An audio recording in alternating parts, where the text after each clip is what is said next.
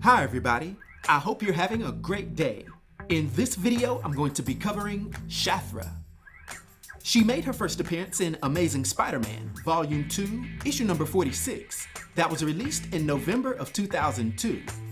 Now, she's also gone by the alias Spider-Wasp, while at times pretending to be Annabelle Adams and Sharon Keller.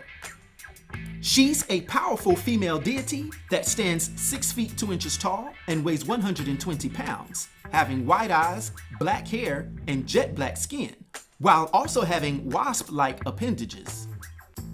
Now, Shathra is extremely powerful, having various abilities due to her being the Spider-Wasp totem, being the mother to an entire astral plane inhabited by Spider-Wasps. Due to this, she's at least slightly more powerful than Spider-Man Peter Parker.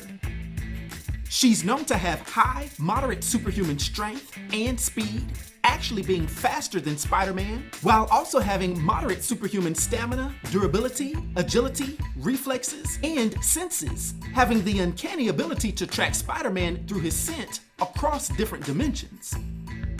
Shathra also has a moderate healing factor that's better than Spider-Man's, although it's not quite as powerful as individuals like Wolverine, which is somewhat irrelevant due to the fact that she's an immortal elder goddess that's known to be able to resurrect herself over time.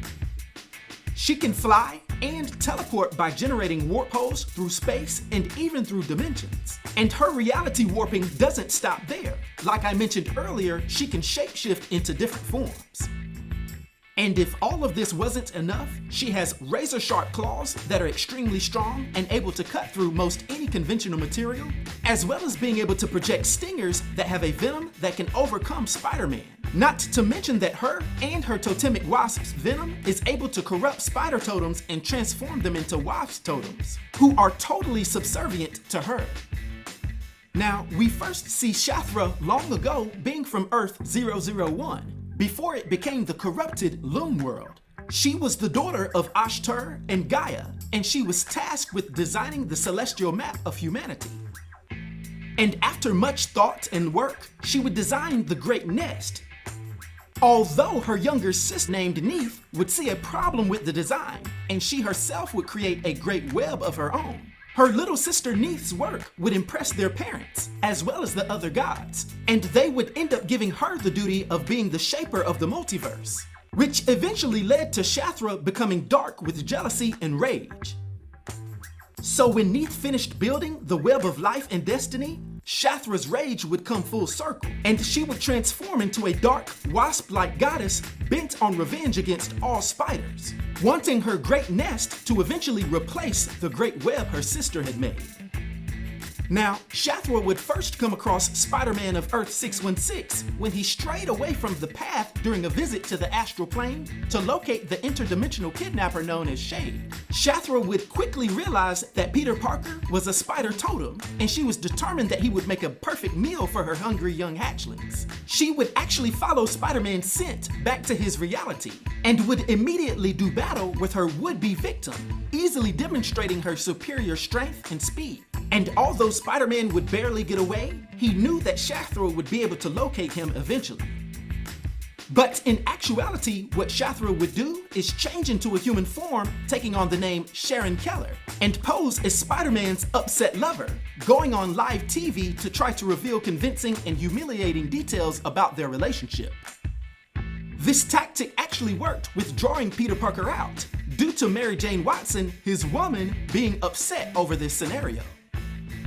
Peter would uncharacteristically become very aggressive and actually crash the studio that the interview was taking place and attack so-called Sharon in front of everyone. Lucky for him, she would revert back into her Spider-Wasp form, and the two of them would do epic battle in the streets. And despite Spider-Man almost descending into a mindless fury, he would barely get away after Shathra started getting the upper hand and actually hitting him with her paralyzing agent.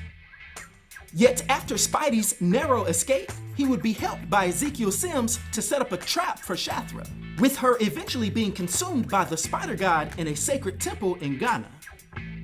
However, since she's immortal, Years later, we'd see Shathra confront Kaine Parker in Houston, trying to trick the powerful Spider-Man by appearing in the form of his girlfriend, Annabelle Adams. But in this scenario, Shathra had figuratively bitten off more than she can chew, because Kaine completely gave in to his form of the other to consume this wasp goddess. But yet again, during the end of Spider-Verse storyline, we'd see Spiderling repairing the great web on Loonworld, when she inadvertently touched the primal strand of the web, which released Shathra. The goddess immediately recognized her as a Spider-Totem and being related to Peter Parker, sending her Spider-Wasps to sting her and corrupt Annie to transform her into Shathra's Nestling.